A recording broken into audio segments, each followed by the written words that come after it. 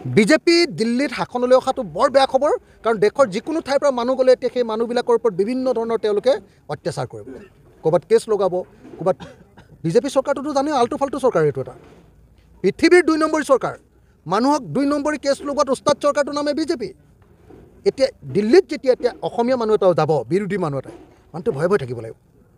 কিন্তু অৰবিন্দ কেজৰিৱাল থাকোঁতেতো সেইটো হোৱা নাছিলে অন্ততঃ গতিকে মই ভাবোঁ যে আজিৰ দিনটোত বিজেপি জিকাটো আমাৰ দেশৰ কাৰণে বেয়া খবৰ আৰু কংগ্ৰেছ দলে মই ভাবোঁ যে এটা অত্যন্ত বেয়া ভূমিকা গ্ৰহণ কৰিলে হাৰিয়ানাত যেনেকৈ আপে কংগ্ৰেছে খৰুৱালে এইবাৰ আপে আকৌ কি আপক খৰুৱালে আকৌ কংগ্ৰেছে এতিয়া নিজৰ ভিতৰত কাজিয়া লাগি থাকোঁতে বিজেপি ওলাই গুচি গ'ল লাভ কাৰ হ'ল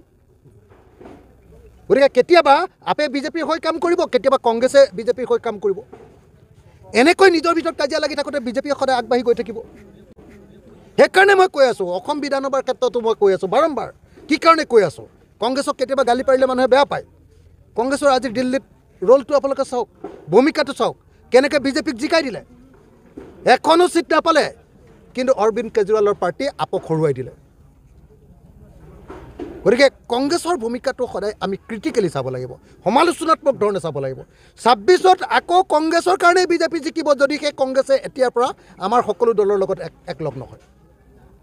সেইকাৰণে আমি কৈ আছোঁ যে পঞ্চায়ত নিৰ্বাচনটো একেলগে খেলক তেতিয়া গ্ৰাছৰুটলৈকে আমাৰ বিৰোধী পক্ষৰ মানুহবিলাকৰ মাজত বুজাবুজি হৈ যাব কংগ্ৰেছক লাগে নিজকে অকল শক্তি বঢ়াবলৈ অকল নিজকে শক্তি বঢ়াই কি কৰিব তেওঁলোকে কংগ্ৰেছে অকলে বিজেপিক হৰুৱাব পাৰিব নেকি ভাৰতবৰ্ষৰ কোনোবা ৰাজ্যত অকলে কংগ্ৰেছে বিজেপিক হৰুৱাব পাৰিছে নেকি য'ত আমি সকলো বিৰোধী পক্ষ একলগ হৈছোঁ তাত মাত্ৰ বিজেপি হাৰিছে আৰু য'ত বেলেগ বেলেগকৈ খেলিছোঁ চবতে বিজেপি জিকিছে আৰু এনেকৈ থাকিলে কংগ্ৰেছে 2026 চনতো আকৌ বিজেপিকে জিকাব সেইকাৰণে মই বাৰম্বাৰ কৈ আছোঁ যে কংগ্ৰেছে যদি একলগ নহয় কংগ্ৰেছক সকলো অসমৰ মানুহে এঘৰীয়া কৰিব লাগিব স্পষ্টকৈ এই কথাটো কৈ দিব লাগিব